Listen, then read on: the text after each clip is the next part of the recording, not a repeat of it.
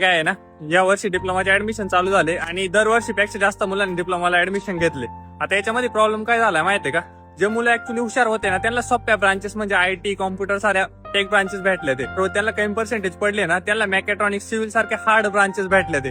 आता याचा प्रॉब्लेम काय होणार आहे माहितीये का, जेव्हा कॉलेज चालू होईल ना तेव्हा या मुलांना सिव्हिलला, मेकॅनिकलला ऍडमिशन घेतलं त्यांनी, त्या ब्रांचेसला सिलेबस अवघड राहणार आहे. आणि यातल्या या मुलांचं एज राहते 16-17, याच्यामध्ये पोरांचे डायव्हर्ट व्हायचे चान्सेस जास्त राहतात. समजा हे मेकॅनिकल, मेकॅट्रॉनिक्स, सिव्हिल या ब्रांचेसला ज्यांना कमी पर्सेंटेज पडून ऍडमिशन भेटलंय ना त्यांना तो सिलेबस मॅनेज करणं अवघड राहणार आहे. आणि याच्यामध्ये मुलं थोडे जरी डायव्हर्ट झाले ना, समजा रिलेशनशिपच्या नादी लागले असतील, परत अशा टुकार पोरांच्या नादी लागले असतील, असं जर झालं ना त्या पोराचे 4 सब्जेक्ट बॅक राहू शकतात. आणि ऍक्च्युली असं होतंय.